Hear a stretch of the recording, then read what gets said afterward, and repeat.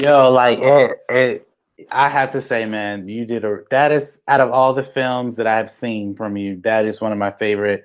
I watch it at least twice a month because it's not so much because I'm watching it because I enjoy it, it's because I'm learning how to shoot a scene, action. Like you said, like you and James are martial artists, and Yeah, to see his fighting style and the different effects, yeah, like I learned so much from that, just yeah. from that film. And you have to be applauded for that because that was amazing. But I did want to ask, because I know we've been doing this for a while, and I did want to ask you. Um, you spoke on doing a project as right now called Keep the Faith, and Yeah. when can we as fans expect that coming from you, or are you going to do like the natural run, like get it through some film festivals and that type of thing? Uh, I'm just still debating that. I mean, it's pretty much 90% done. Like the VFX that was done before, James is redoing that, and I'm trimming it because the running time. I may end up having to make it two films because the running time actually ended up being longer than what I thought it would be. Hmm. Um, it's a labor of love, man. I wrote this film in 2006, so it's Wow. 13 years ago, 2006, Hmm. 2005, a long time ago. Hmm. And basically, it's one of those things where, like I said, again with the agenda, you know, when I was going to church, evangelical churches spoke to everybody but black people. You Hmm. know, they didn't speak to us, Hmm. and so it's one of those things where it's like I had to say who speaks to the thug. You Hmm. know, who Hmm. who speaks to the thug, who preaches to the thug, and that was the objective for making that film. And so now, with it being said, I'm working on getting it done. It's just a matter of finishing out those pieces and hopefully having it done by the middle of the summer, before the fall, so we have a nice fall release on it.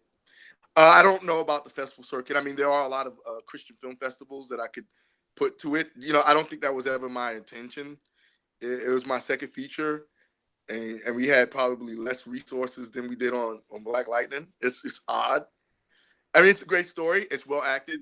You know what I mean? Michael Thompson Hmm. is the lead in it, Hmm. and we all grew. But as watching it now, just looking at some of the footage and everything, Hmm. it still holds together. I shot it on a Canon DSLR, man.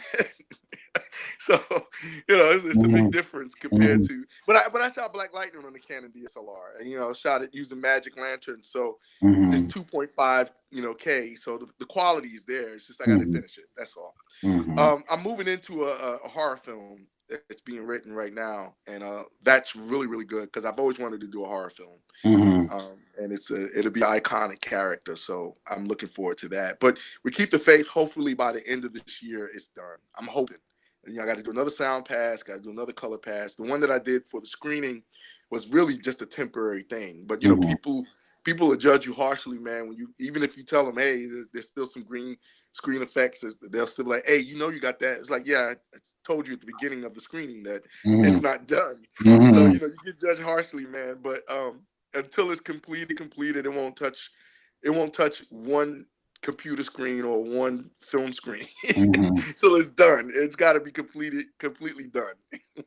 Yo, well, I'm looking forward to it, and I know for me as a filmmaker, I know it takes, like you said, a whole lot of time, patience to get through making this film. I've done, for me, speaking for myself, I've done 3 short films, and although it was humbling and exciting, that post production process is no Yeah, joke, yeah. There's no nothing joke at like it. all.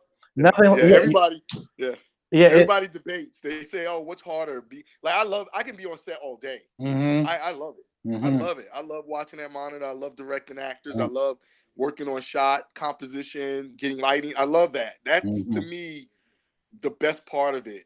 The Mm-hmm. post is a nightmare. Oh yes. Oh my god! Like even with my last film, Static Shock Uprising, I literally had to get someone, the guy who helped me shoot it. I literally said, "Listen, the last effects for my first film were very amateur. I I noticed that you are really good at special effects to a degree. Listen, how can I get you to be a part of this project, and he was so willing to do it. And it's like you said, like when you're having a baby, it's your baby, and it's hard Yeah. to trust somebody with your baby. And I was like, you know what, God, I prayed about it. I said, God, I'm putting all my faith and trust in you. I feel like you're guiding me through this. I'm gonna give this guy, his name is Holden, the effects of doing this film. And for me, it was better than what I could have ever done. And I was still learning how to do it. And I was like, I loved it, and I thank God for it. But like you said, man, like for instance, like I can't tell you how many times, like I wrote Static Shock the movie, the first one. I wrote that in college, but I Right. didn't get to shoot it in 2016, and then Right. edit it in 2016. Like that in itself is like, yo, like I get it's such an arduous process, but once you're finally like completed and satisfied with it, even though you know that it could have been better, like it's a relieving feeling. And yo, I can't wait to see Keep the Faith. If it happens to be on YouTube or any other social media, I'm down to see it, because Absolutely. I really enjoyed your previous projects. I have to say, out of all of them, Brotherly Love is like inching above Black Lightning, because your performance in that movie, like, Thank you. oh my God, like especially that scene when you're crying, you're like, yo, did you Yeah. kill? I was like, Yeah. oh my God. It hit Yeah. me. It hit me right Yeah. here. I was like, yo, Yeah. this is crazy. But yo, man. The ultimate letdown for a man is when another man that he loves as a brother Mhm, has done something that he's got to live with for the rest of his life. And mhm, when he knows he's experienced it himself, mhm, because it's like we're all looking out for each other. Like that's mhm, what the world doesn't know about black men. mhm, Like we do hurt. mhm, You know what I mean? Like we mhm, do hurt. You know, mhm, yeah, we could play sports and we can fight and we got all this other stuff, but we hurt and we love and mhm, we are very we're very in depth. There's this we're not just what they see. There's so much mhm, more to us, mhm. and that's why as an actor, I'm able to bring things that people go, "How do you do that?" And it's like not how, it's why. Right, why right. why do I do it? Because that to me is the answer. It's why do I do this in this moment? Mhm, Where am I coming from as an actor? Where I was telling this to my actors last night. Don't say one word unless you feel it, because in real life, that's how it is. mm, You don't. If you're in an argument, you don't say something unless you really feel it. And then later on, you go, "Man, I can't believe I said that." And then mhm, you go back and say, "I didn't mean it." No, you meant it. You just didn't want to say it at that time, but you said it. mhm. Right. Yeah, So yeah. that's what I've learned about anything. I don't work on anything I don't want to work on. Mhm, And that's tough because in the beginning, as a filmmaker, as a content provider, as an actor, you feel you have to build. You have to build yourself. You mhm, have to build up. You have to build up. mhm, The project I'm working on tomorrow is very much along the lines of the stuff that I create. And so mhm, that's why I agreed to be in the film, mhm, because the filmmaker is his first film. And I read the script. I loved it. I loved the character. And I told him I'd love to be a part of it. I threw it on tape, sent it to him. mhm, He was like, yo, please come do this. And so it's one of those things where I love anything that's going to build up the community, anything that breaks the community down. Hey, it's great. It's entertainment, it's content. But do I want to be a part of that? No, I don't have a desire of that. mhm, So going back to what you said, like with Static, the pieces have to be right. If they came to me and said, listen, this is your budget. You get it done with this amount? And I go, yeah, I can do it. Well, I know I'm gonna be married to that project for almost 3 years of my mhm, life. mhm. So that's what people have to understand. It's like, I always believe there's something that Sam Cooke's dad used to tell him. He said, once a job has begun, never stop until it's done. Mm, that's Once a so job true. has begun, never stop until it's done. Mhm, And that's a motto that I live by. Like, I have to finish these things. They got to be done. mhm. I lose sleep if I don't. Yo, like I'm so glad you said that, because my family is such a huge Sam Cooke fan, and that's one of the messages I know I take with me daily. And I know we've been talking through this interview. It's like talking to like a brother. Like, yo, like this is exactly what I've been living and going through from day to day. And I really do appreciate you coming. But I did want to ask you from a fan perspective. Have you ever been to since you were in LA, have you ever been to San Diego Comic-Con? No, no. And there's a story behind that. I mean, listen, we were shocked at a lot that happened on our festival run.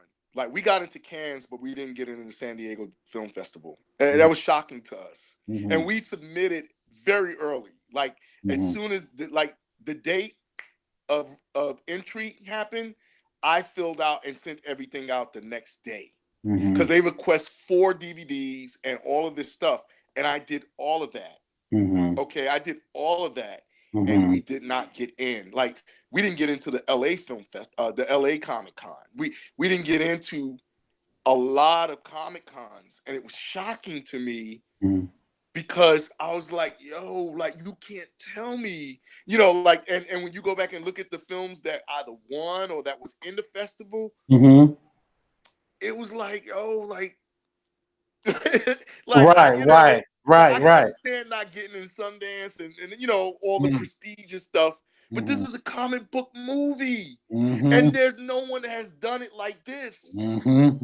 It was shocking. It hurt, and I had to overcome that because it's like you know that there's a central reason why. I don't care what anybody says. You know, why would you not show it? Like it's never been done like this. Like why would you not? Why would you not want to be able to show it? Panels, we got turned down on panels. I mean, it was crazy. So I've never been to the Comic Con. And after that, I mean, unless it's affiliated with a film, I don't have a desire. I was salty about that. I ain't gonna lie. I was salty about that because I was like, yo, how we don't get into the San Diego Comic Con? Like, what is that about?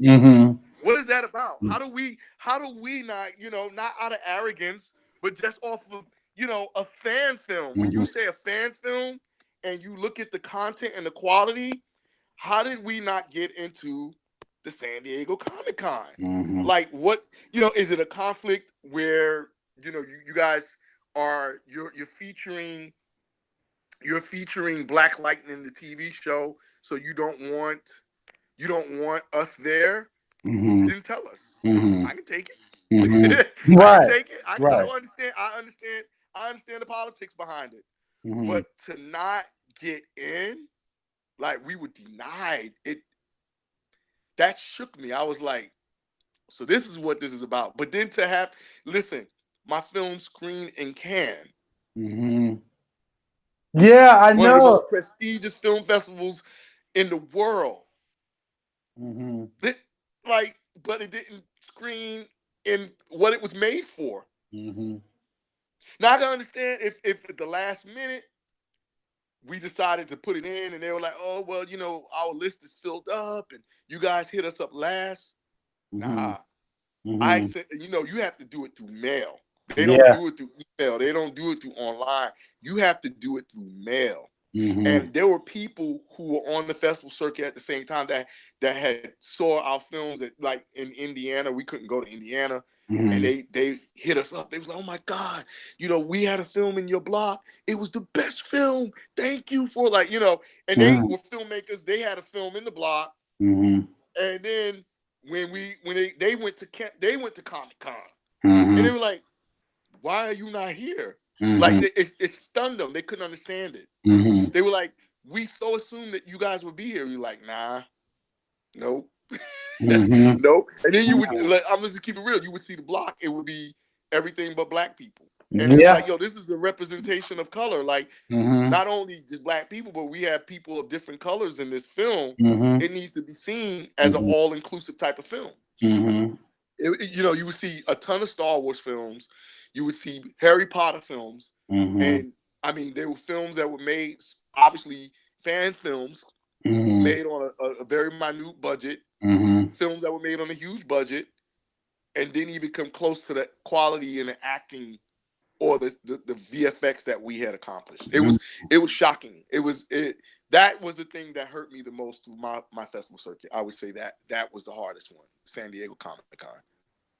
Yeah, you know, it's funny that you say that because I've never been to San. Actually, I've never been to LA. I will one day go, but when you put out the film, I remember because I remember I found your Film Freeway page and I looked at the different festivals that your film was submitted into, and I couldn't find Black Lightning. So I remembered like in 2015, 2016, I saw the listings of films that were being shown and judged at San Diego, and I was like, no disrespect to any of the filmmakers, because some of them were actually good, but I was like, did you guys ever take the time to watch Black Lightning? Like, this movie was really good, and not to say that their movies were not, but if we want to compare the two, your like keep in mind your film was the first superhero film that was an inclusive film of diversity of color Yeah, of any kind. Before Black that's right. Panther, before Right. Blade, like Blade had one black character, which was Blade. Yeah. That Yeah. was it. Yeah.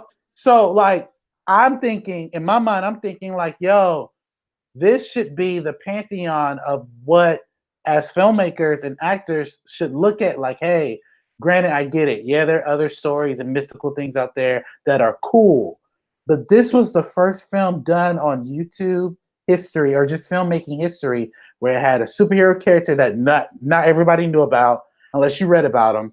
It featured other superheroes. It was so diverse. Special effects wise, it looked like it'd be on an actual theater screen. Why isn't this at Comic Con? That's why I wanted to ask, like, what happened? Like, how come you never been and all that other stuff?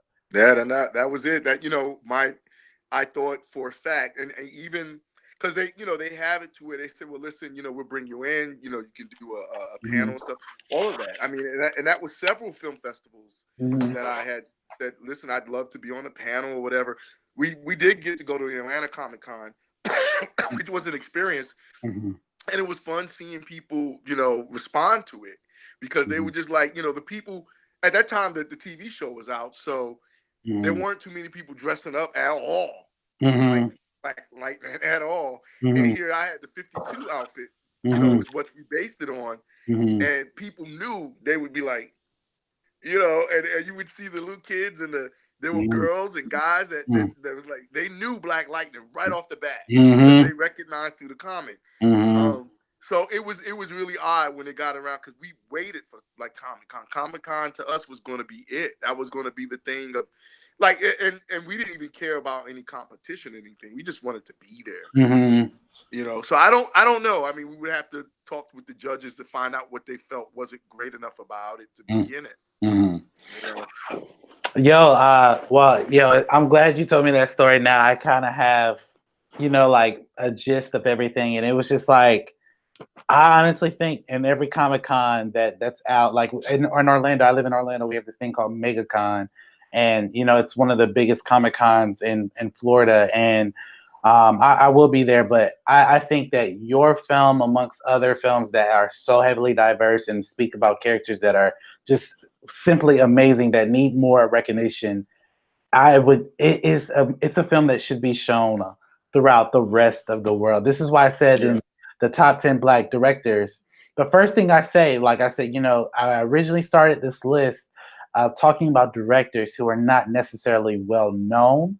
And when I saw your content, I was like, yo, this is a dude that should be looked at, because in my opinion, my humble opinion, like all this other stuff, and again, I'm not trying to disrespect any actors and stuff, some of this stuff that's out here now in theaters, like I just recently saw what was it? Alita Battle Angel.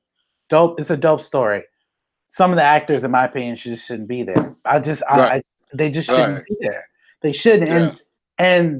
And when I look at stuff like what you're doing and other independent filmmakers, why doesn't that get enough attention? Like it throws me off so bad. Like we celebrate mediocrity, but we can't celebrate like good quality content.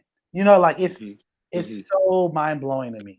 Yeah. Well, listen, the key and what I'm learning is that I have an analogy. A dog won't stop burying its bone until it buries it.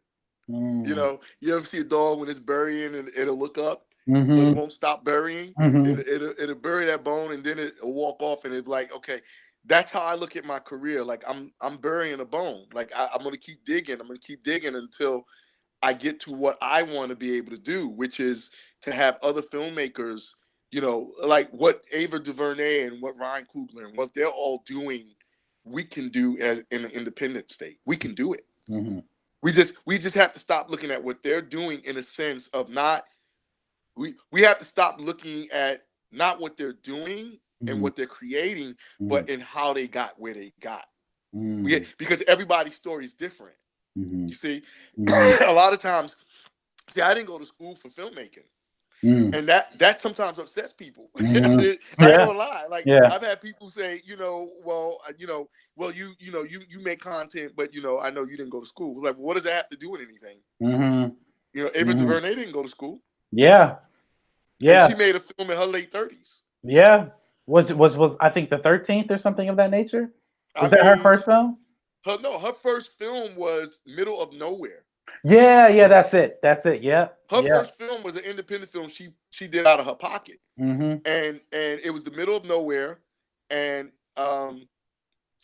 she had made that film like a couple of $100,000.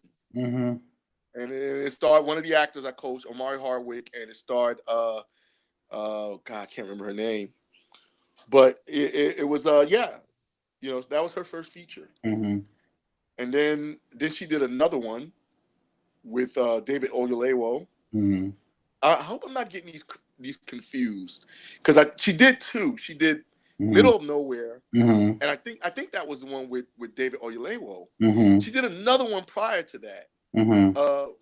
That was it was about a woman going through a crisis and moving in her life. Her mom died of cancer or whatever, and it started Omari Hardwick and everything. Yeah, so she just made her films, like but the one thing that Ava had was and I respect that, she got that hustle of PR, because she started out as a publicist. Yeah. So she understood how to build herself. And when you understand how to build yourself, Alex, you get to a point where you make people respect you, because they don't respect you until they know you, and don't nobody want to know you until somebody else know you. So until somebody says, yo, Alex Hampton is hot, most people wouldn't care about you, except for the people that know about you. So here I'm saying, yo, Alex Hampton that's the man, right? Everybody's like, who is that? Like, I'll give you a prime example. One day I'm hanging out with a celebrity friend of mine, right? I'm not going to mention name, but this is years ago. And his friend comes over and he goes, hey, yo, what y'all think about that 50 Cent? Right? And my friend goes, 50 Cent? Like, who is that? Like, what? So he's like, yo, I'm telling you, 50 is dope. Like, you got to be up on that 50. And he's like, Look at 50 Cent now, right? Look at 50 Cent now. Right. And I never forget that situation, because I was there. I mean, this is a high-class celebrity friend of mine who ended up actually working with 50 Cent on something after a while.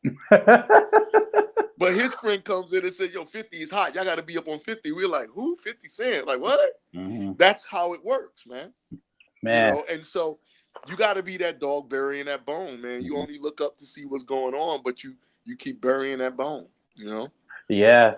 I'm so glad that you said that, because it's like I've been telling like most of my friends and people who want to get into this business, it's about one, obviously dedication and consistency, but also building those relationships. And it's like you said, like, once you built enough, I would say not necessarily clout, but enough relationships to say, oh, well, Choice is hot, and this, like, because to be honest with you, the way I found your page, and I said it in the video that I did for your top 10 Black directors, I was just looking at stuff on YouTube, and then you popped up, and then I can't tell you how many nice things that I've heard from your actors, from people who've worked with you, and just things that people have posted. And I was just like you just never know, like, the people who you run into, and it's like, yo, that dude is hot. He needs to be looked at. And like, that's why I created top 10 Black directors. And like the year before that, I did top 10 Black superheroes, because not aside from Black Lightning, Luke Cage, and Black Panther, not really many people know who the Black superheroes are. So I appreciate you so much for coming on the show, man. This has been such a humbling thing for me. And also, I had to point out, like, out of all the interviews that I've done in the past few weeks, this one's the one I was looking forward to, because I've been following you for years since I was in college, and man, like to do this is a dream come true. I do appreciate your choice, and you know, I have to say this before we wrap. When I posted that video, and you commented it, and again, I wasn't expecting because I posted it for all the directors, and you were the only one that commented, and I was like, when you told me what happened the day before, I'm not gonna lie to you, like I was just like shocked. Like Yeah.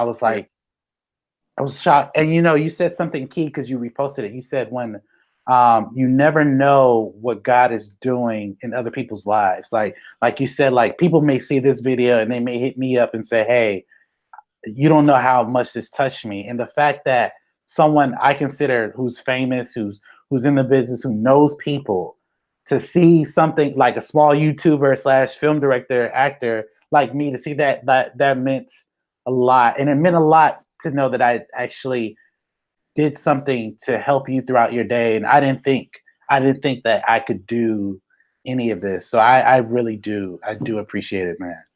Yeah, you know, it's one of those things, Alex, where you never know where you're going to be later. All you know is now. All you have is the moment. And so when you affect people, like how you're affecting people, you don't realize it, and Mhm. you've engraved yourself in my mind. And I've always trained my actors that it doesn't matter if there's 10,000 people that comment, you respond back to everybody because we're nothing without each other. You Mhm. see, Mhm. if you're the only person on the planet and you want to be an actor, you don't have an audience. You want to be a Mhm. director, you have nobody to watch your content. Mhm. You know, it goes back to that Twilight episode where the guy, the nuclear war happens, he wakes up and he's got all the books that he's finally wanted to read. He's got all the time in the world, but he ain't got nobody to talk to about the books anymore. Mm. Yeah, And then he that's breaks so his true. glasses and he realizes I can't even read no more. You Mhm. know? And Mhm. so it's one of those things where it's like you gotta recognize that, you know, there is a purpose, and I've realized that. So, you know, I appreciate you, and I thank you for having me on the show. I thank you for your thoughts of me, and I thank you for, you know, everything that you've done, and we will more than likely work together. It's obvious. That's an obvious thing. You know, I'm supposed to be, like I said, that horror Mhm. film, Mhm. Quiet as Kept, but everybody's going to know right now. It's supposed to be We're supposed to be doing that in Augusta, Georgia. So, Oh my God. Yo. so yeah, so you'll have to make a trip home to see family and work on the project with us. You know what I'm saying? For sure. Choice. Yo, you have my number. Please Absolutely. let me know, because you know what's funny? Like I was going to say at the end, like if I'm ever in LA, like 2020, I'm planning on going to San Diego, but I'm also planning to visit LA for Comic Con and all that other stuff. If I'm ever in LA, I'm definitely going to hit you up, and I would love Absolutely. just to be an observer of your class, because Yeah. I wanted to mention this. I forgot to mention this in this interview. I saw the first two promos of your class, and you recently posted today like one of your actors is on a show. And I Yeah. was like, yo, I was like, yo, I gotta go. I have to go to this class. Like I Yeah. have to go. Yeah. And I've noticed like most, not just him, but some of your other actors, like James, he was on First 48. And you know what's Yeah. funny? I didn't even realize I saw that episode too. I didn't even realize it was him until Uh-huh. you reposted it. I was like, oh snap! Like that's static. Oh Yeah. snap! Yeah. Yeah. So you're definitely welcome. Definitely, please come, and it'll change. That night will change your life. Because I always tell people, you know, it's being around other talent that loves the craft. There's nothing like it, man. Yeah, man. Thank you so much, Choice, for being on this show. Where can the people find you on social media? Yeah, they can find me on Instagram at Darkan2000, DARKAN 2000, on Twitter, DARKAN 2000, Mm. also DARKENT on Twitter, and on Facebook, Breaking Through Acting Workshop. They can find me there. Awesome. Thank you guys for watching this jam-packed episode of Ask Alex. This will probably be a three-part episode because we just dived into this so much. But again, I want to thank you so much for being on the show. Choice, you really have blessed me, and I'm sure you blessed everyone else who's watching these videos. And I want to thank you so much for being a part of it. Thank you guys for watching this episode. If you haven't already, please like, comment, and subscribe to my YouTube channel. And you can follow me on my various social medias. And if you guys haven't already, go follow Choice. He has like a plethora of content on his channel. Follow. If you're in LA, I encourage you to go to one of his classes. Like, do whatever you can to be a part of this brother's life, because I'm telling you, it is amazing what he's doing. So thank you once again for being a part of the show. Thank you guys for watching this episode, and you guys have a blessed day. Thank you guys for watching this video. Go ahead and subscribe to my YouTube page to get more exclusive content coming from my YouTube channel. And if you want to watch my previous videos, go ahead and click on this video up here or this video down here, where you get to see more exclusive content coming from my channel. Thank you guys for watching this video, and you guys have a blessed day.